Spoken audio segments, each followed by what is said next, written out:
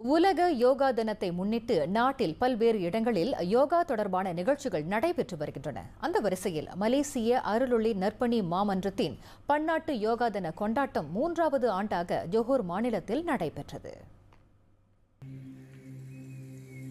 Johor மாநில கல்வி இலாகா அனுமதியுடன் இஸ்காண்டார் புத்ரி மாநகர் மன்றம், ஜோஹர் தமிழ் பள்ளிகள் தலைமையாசிரியர் மன்றம், ரெனி தோட்ட தமிழ் பள்ளி மற்றும் யாயா அவால் தமிழ் பள்ளியின் ஒத்துழைப்புடன் இந்த பன்னாட்டு யோகா தினம் கொண்டாடப்பட்டது.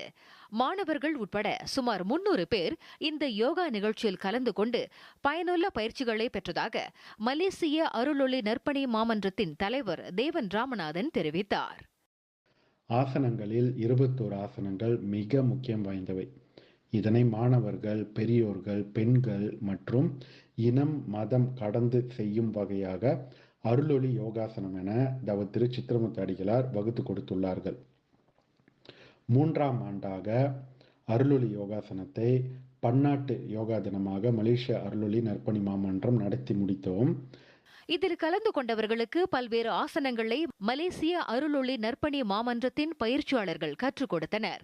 மாணவர்கள் இதனை ஆர்வமாக கற்றுக்கொண்ட நிலையில் பெரியவர்களும் தாங்கள் சளைத்தவர்கள் இல்லை என்பதை நிரூபித்து காட்டினர். மாணவர்களுக்கு இது போன்ற நிகழ்வு நிச்சயமாக அவர்களுக்கு ஒரு நல்ல எதிர்காலத்தை உண்டாக்கும் என நம்புகிறேன். ஏனென்றால் இந்த யோகக்கலை என்பது நம்மளுடைய பாரம்பரிய கலை. நிச்சயமாக நம் பிள்ளைகள் இந்த யோகக்கலையில் பல அறிவுகளை பெற்று நிச்சயமாக அவர்கள் எதிர்காலத்தில் ஒரு சிறந்த ஒரு குடிமகனாக திகழ இது போன்ற நிகழ்வுகள் நிச்சயமாக வருடம் நடத்துமாறு தாழ்மையுடன் கேட்டுக்கொள்கின்றேன்.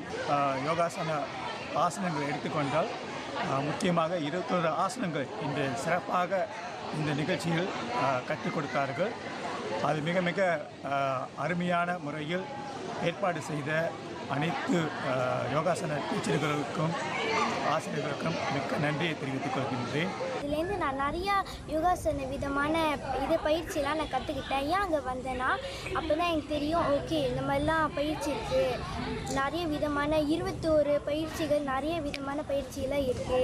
ஞாயிற்றுக்கிழமை காலை 8 மணி தொடங்கி பிற்பகல் 1 மணி வரை இஸ்காண்டார் புத்ரி ஃபுட்சால் அரங்கில் இந்நிகழ்ச்சி நடைபெற்றது.